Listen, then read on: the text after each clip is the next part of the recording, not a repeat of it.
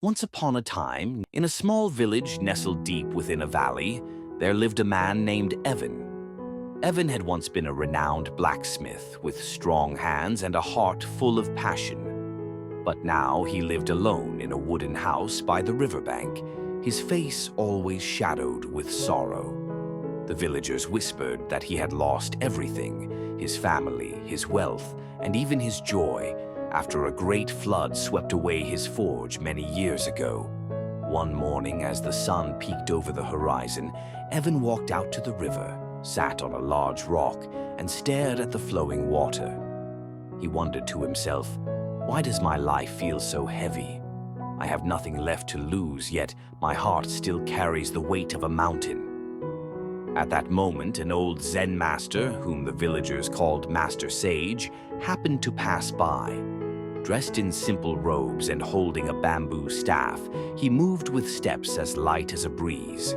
Seeing Evan lost in thought, Master Sage paused and asked, "Young friend, what clouds your eyes like mist over the moon?" Evan sighed and replied, "Master, I've lost everything. My forge, my family, all taken by this river. I hold nothing in my hands, so why does my heart still ache like this?" Master Sage smiled gently, sat beside Evan, and pointed to the river. "Do you see that water?" he asked. Evan nodded.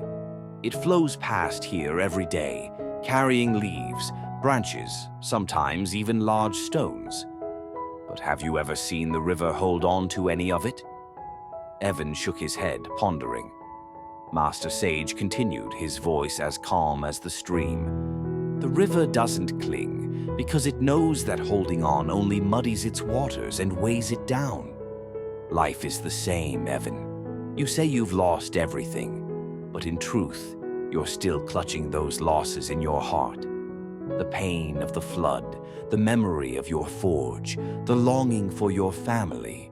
You grip them like stones, and you're the one sinking under their weight."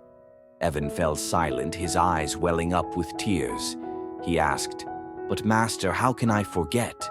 That was my whole life."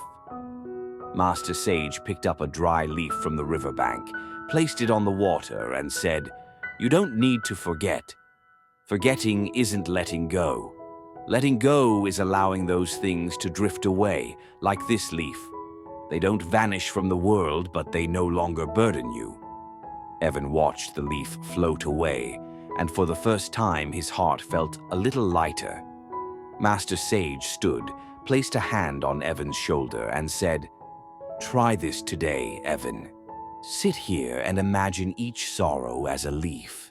Release them into the river of your mind. Watch them drift away. Then take a deep breath. Don't hold on to prove your strength. Letting go is true strength." Evan followed the master's words. He closed his eyes and pictured the flood as a large leaf, his forge as a brittle branch, and his family's memories as shimmering droplets. One by one, he let them go into the imagined current. As they floated away, he breathed deeply, feeling the weight begin to lift. Days passed, and Evan returned to the river often. Each time, he released a little more: anger, regret, the need to control what was gone. The villagers soon noticed a change. Evan's steps grew lighter, his eyes brighter, as if he'd rediscovered a quiet strength within. One evening, as the sun dipped below the hills, Evan sat by the river once more. He smiled faintly and whispered to himself, "The river keeps flowing, and so can I." And in that moment, he understood. To believe in yourself isn't to hold on to the past, but to trust that you're enough, even when you let it all go.